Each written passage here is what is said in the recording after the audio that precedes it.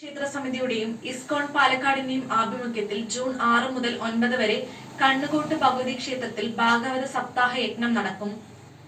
June 3 മുതൽ June 9 വരെ പിരായിരി കണ്ണോട്ടുകാവിൽ വെച്ച് എല്ലാ ദിവസവും കാലത്ത് 6 മണി മുതൽ വൈകുന്നേരം 6:30 വരെ നടത്താനായി തീരുമാനിച്ചിട്ടുണ്ട്.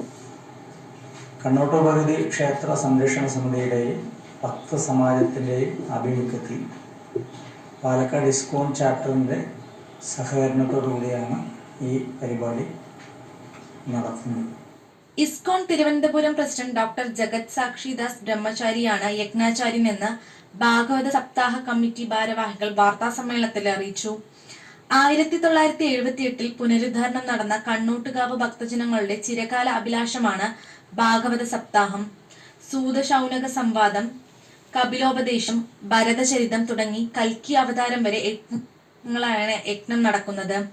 ആയിരക്കണക്കിന് ഭക്തജനങ്ങൾ എത്തുന്ന സപ്താഹത്തിന് വേണ്ട ഒരുക്കങ്ങൾ പൂർത്തിയായി.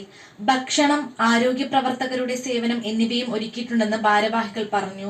മുരളി ഗോവിന്ദാസ്, NG ശങ്കർ, അയ്യപ്പൻ നായർ, മോഹൻകുമാർ, ശബരി ഗിരീഷ്, മധുസൂദനൻ എന്നിവർ വാർത്താസമ്മേളനത്തിൽ പങ്കെടുത്തു.